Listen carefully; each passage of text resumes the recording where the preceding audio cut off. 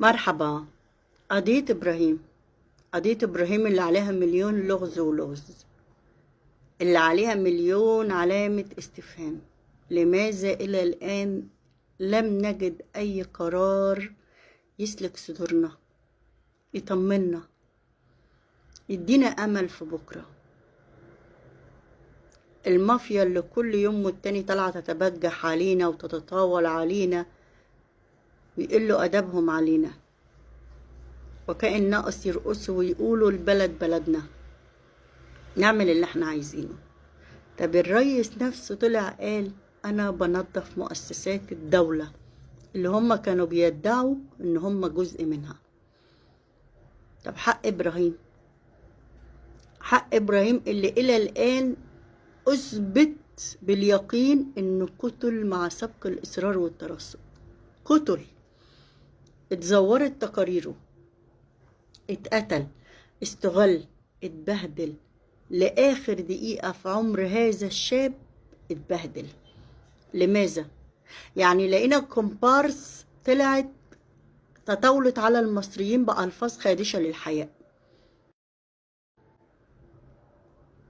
وقالوا إنها اتحولت للمحكمة. ما اتحولتش للمحكمة ولا حاجة، ما اتحكمتش ليه؟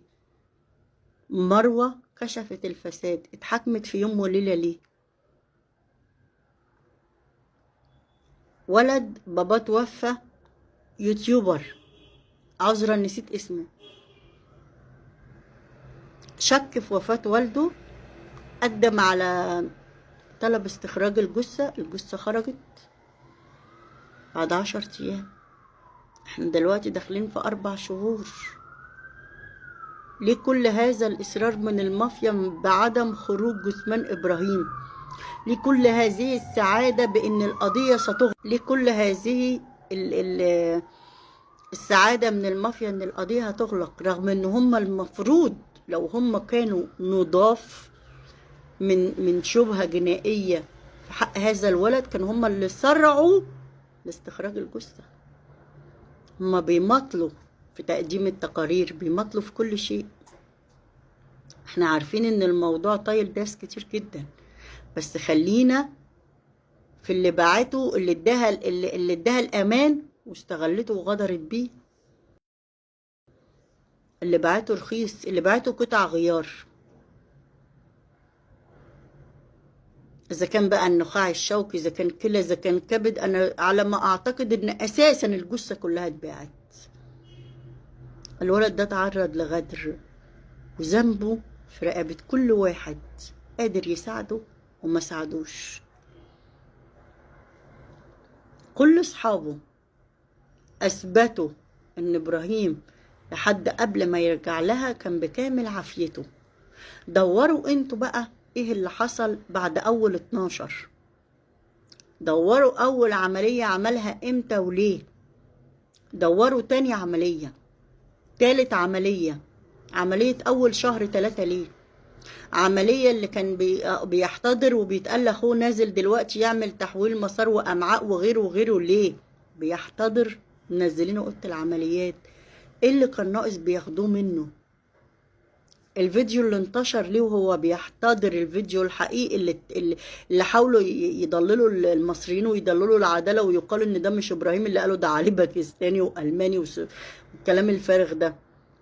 ليه لاخر دقيقه اتقفل عليه جهاز التنفس؟ نفس صورة إبراهيم في إغلاق جهاز التنفس وعينه بتقلب وروحه بتطلع، نفس الفيديو بتاع دينا مراجيح اللي عينها بتقلب وجهاز التنفس مقفول عليها وبتموت. نفس الطريقة. أنا طبقت الفيديوهين ببعض، نفس الطريقة. أنا ماليش علاقة بأي حاجة. علاقتي الوحيدة إن إبراهيم من شهر 12 بعد رجوع طليقته لآخر شهر 3 أو لحد وفاته، إبراهيم اتدمر جسديا دمار ما دمروش البلد في المرض في جسده لمدة 2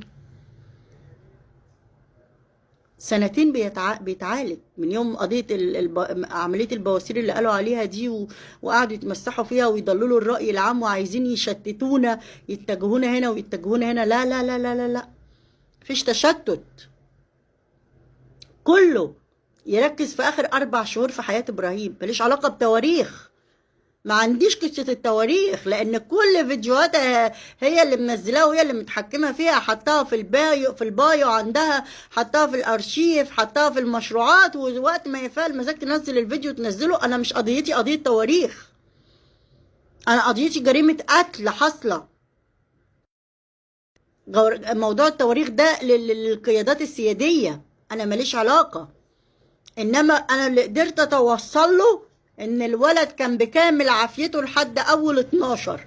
ايه حصل بعد كده الله اعلم. طب التقارير بتقول ايه؟ التقارير بتقول ان ابراهيم بيتم شفائه وبيتم التعالج وجسمه بيتقبل العلاج والمرض لم ينتشر.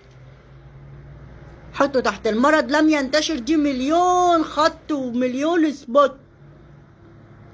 المرض لم ينتشر، المرض لم ينتشر بالأدلة وبالبراهين. فمرض لم ينتشر وشاب زي الأسد الجسور 7 واقف. اللي حصل له بعد ما رجع لطليقته والممثلة دخلت حياته، وإيه السر؟ إنها كانت تاخده بيتها تنيمه وتقعد تتكلم مع التانية تقول لك أصله نايم.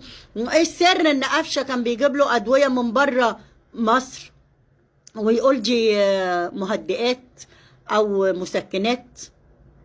هو من امتى مريض الكانسر بياخد اي ادويه وخلاص؟ واكياس الدم اللي كانت موجوده تحت السرير وهو عامل العمليه طالعه من الكبد او مكان الكبد.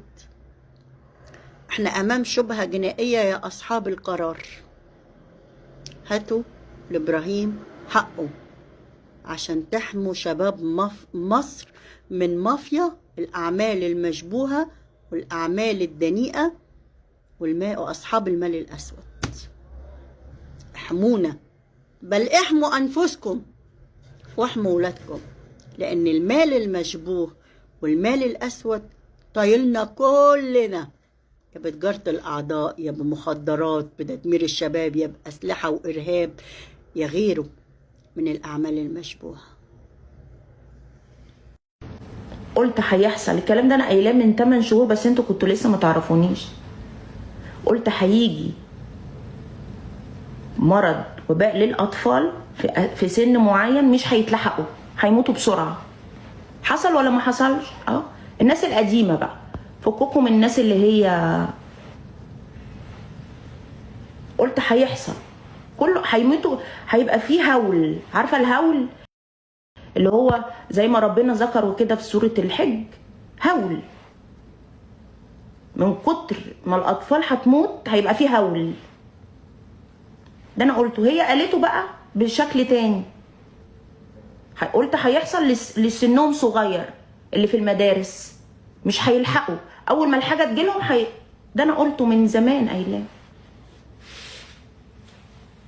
حصل ولا ما حصلش؟ هي بقى قالته ليلى عبد اللطيف بشكل تاني او باسلوب تاني. هي جابتها لكم بمواليد بس. ليه؟ عشان هيبقى فيه فيروس. الفيروس ده هيبقى جاي من عند رب العالمين ولا مرتب؟ لا مرتب. ليه؟ ايه ده؟ تاني، الفيروس ده هيبقى جاي من عند رب العالمين ولا مرتب ليه من دول اخرى؟ لا مرتب. ليه؟ عشان هم عايزين يقبضونا. انتوا مش فاهمين، هم عايزين يقبضوا حتى المسيحي، واللي هم عايزين يقبضونا كلنا.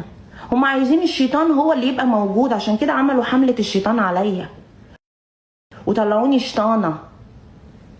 دي حملة من الشيطان عليا انا، مش من بني ادمين. الشيطان واقف لي. انا عمري ما انسى واحد جالي هنا قالها لي زمان، قال لي اخر اختبار لكي ان الانسان هيقف مع الشيطان ضدك، وده اللي بيحصل. عايزين يقبضوها.